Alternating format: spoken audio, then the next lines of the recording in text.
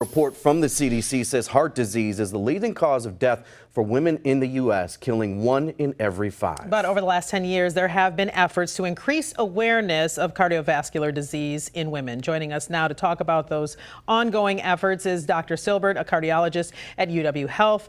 Can we start with what are the symptoms of heart attacks in women? Good afternoon. First of all, thank you so much for having me here.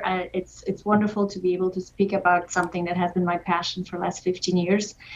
And it's a little tricky. So women experience very similar symptoms to men. However, they present them in a little different context, and that's what makes sometimes the diagnosis very challenging. So women describe their discomfort as pressure or burning, similar to men. What's challenging is that those symptoms can occur without any exertion. They can occur at rest, during sleep, or frequently during the emotional distress.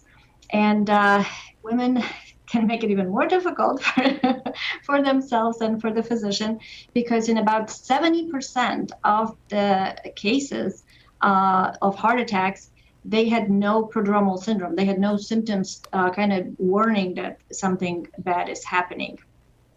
And quite a bit of women can present without any symptoms, with just fatigue, shortness of breath.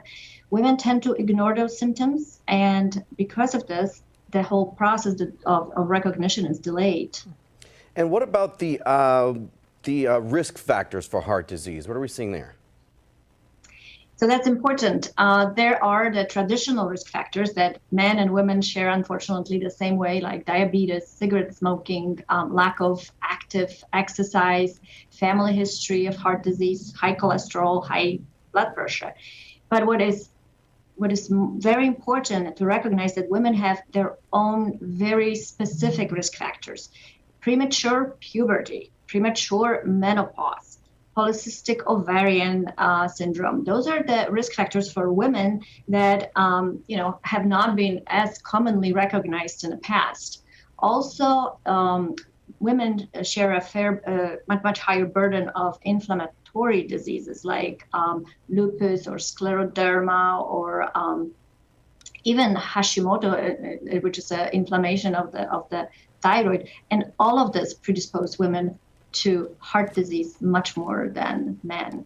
And those are important to recognize because we frequently forget about them. All right. Doctor, thank you for your time. We appreciate it. And of course, we're going to get as much information on WISN.com as we can. Thank you for spending some time with us this afternoon.